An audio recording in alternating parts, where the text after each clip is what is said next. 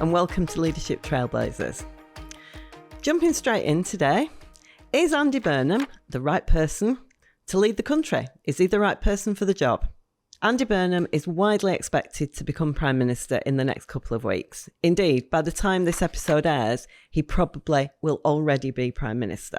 Before we go any further, this is not going to be about his politics. This is not a political episode. What I'm really interested in is the leadership challenge that Andy Burnham is facing.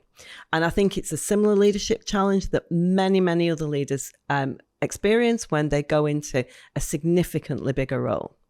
Because the fundamentals and the dynamics are the same. Whether you're going in to be PM, whether you're going to be a CEO or a director, or the chair of a board, a head of department, or a team leader. If you get it right in the early days, you are well on the way to success.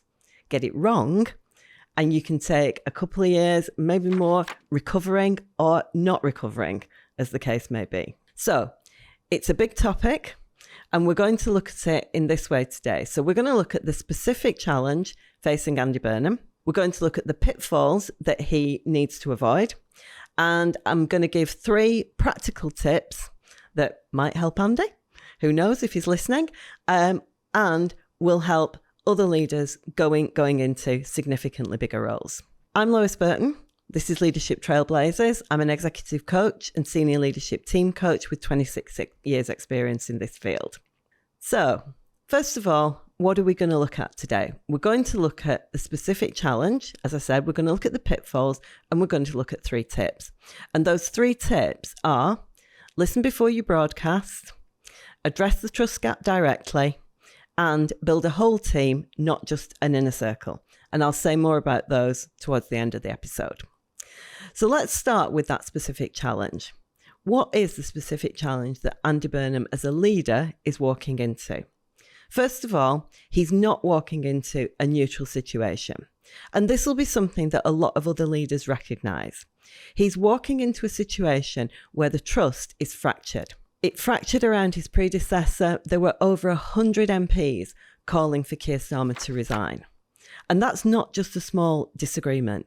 That really is fractured trust. So it's not neutral, and he's going to have to address that trust directly. Also, he's coming from a context where he had time to build. In Manchester, he had a reputation, he had good social capital, he had relationships. He's walking into a situation now because number 10 is a completely different beast, and all of that is not going to automatically transfer. So this is the specific challenge facing Andy Burnham, and people are going to be watching him really closely in the early days. His team are going to be watching him. The parliamentary party are going to be watching him, and how he leads is going to be so important at this point, and it's really significant that he recognises that, and really significant that other leaders recognise that if you're walking into a significantly bigger role, particularly around that transfer of context. I've talked to many people about this, and it's the bit they often find most difficult. In a previous role, in a previous organisation, they had a reputation, they had relationships, and they had social capital. And when that doesn't automatically transfer and they have to rebuild, it's often something that really wobbles people. So, going on from that, what are the pitfalls that Andy Burnham's going to experience and that other leaders would also experience? First one is too many answers too quickly. It sounds impressive, and many people feel the pressure to give those answers quickly, and Burnham will feel that pressure immensely. But actually, the signal it sends is, I'm not listening.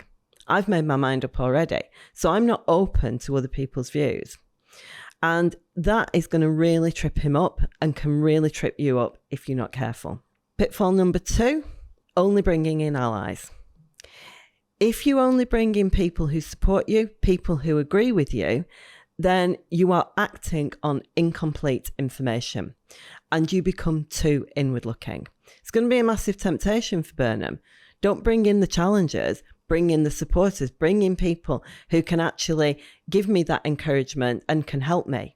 Big mistake, big mistake. Thirdly, underestimating the transition period.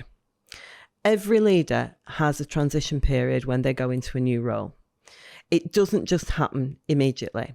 And this is going to be particularly true for Burnham. It links to the first point. He's going to be under immense pressure to make decisions quickly and state those decisions publicly. Good decisions made slightly more slowly are always less dangerous than decisions made with incomplete information under the pressure to make a quick decision. If he's not careful, those quick decisions could become yawning chasms to trip him up. So he needs to remember that the pitfalls will be too many answers too quickly, only listening to your allies, and making bad decisions too quickly. So how can we help him with this? What are the tips that can help him? So the first one is listen before you broadcast, which links to that giving too many answers too quickly. Your job at this point is to listen, to understand, because you will almost never have the level of understanding that you need. Almost never. When I talk to leaders who are going into new roles, it sounds a bit of a cliche, but I always talk about those first 100 days. Try not to do anything too big, too quickly. Make sure that people see that you're listening, that you're taking into account their understanding, because they understand more about the current situation than you do. And that is particularly true for Andy Burnham. He needs to do the listening, and he needs to, within his cabinet, have genuine exploratory conversations, and he needs to ask the Parliamentary Labour Party what they need from him as a leader, not just as a politician. Remember, people who feel heard are people who become willing to follow. The second tip is to address the trust gap directly. This is really important. It doesn't need drama, no big dramatic apology, but an honest acknowledgement of what went wrong. And if he's done what we talked about in the first tip, if he's asked people what they need, then he'll have some good information on which he can build and where he can commit to some specific behaviours to change that. And so if people see that and they hear it, then actually they will feel heard and seen. And often when leaders do this, their teams respond with a generosity that surprises them because it feels real. It feels like they care. If you acknowledge this openly and honestly, what you're going to give is evidence to people of the fact that you really want to rebuild that trust, because people want to trust their leader. They really do. And if you give them that evidence honestly, openly and consistently, then it will start to shift. But ignoring it actually hardens into something that is much more difficult to shift. Third tip, build the whole team, not just a narrow inner circle. This relates back to that pitfall about allies. In a new leadership team, there are always three groups: enthusiasts, neutrals, and skeptics. The temptation is to invest only in the enthusiasts and just manage the rest and keep them at a bit of a distance. It is a real temptation. But actually, the strategic importance of investing in all three can't be underestimated. Because if you do invest in all three, then what you do is you bring more people into your tent and you're getting better feedback and you're getting better information. I am going to just say a word on the skeptics, because there are some skeptics that you will never win over. You would never be able to bring them in. And you can't invest all your energy in those people because it wouldn't matter what you offered them. But there are others who, if they feel you're genuine, if you're doing what we talked about earlier, they'll actually want to come into the tent. And they can be really powerful people within your tent. A, they send a great signal out to others, but B, they can give you information about things that your supporters won't know. And they spot risks that your supporters may not spot or could minimise. So they can be really important people for you.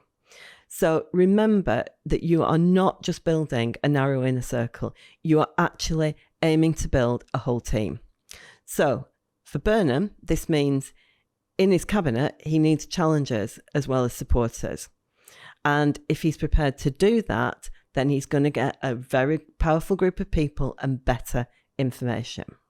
Okay, So, in closing, today we've looked at the specific challenge facing Andy Burnham and taken lessons from that for other leaders stepping into bigger roles. Because the leadership fundamentals remain the same. Whether you're PM, whether you're a CEO, director, head of department or a team leader, they remain the same. So we've looked at the pitfalls and how to avoid them and those 3 tips that can help.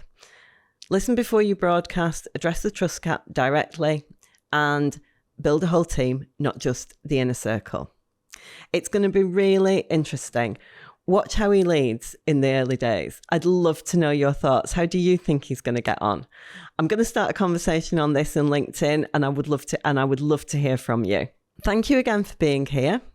This is Leadership Trailblazers. We're going to keep this conversation going. Do come and find me either on LinkedIn or lois@loisburtononline.com.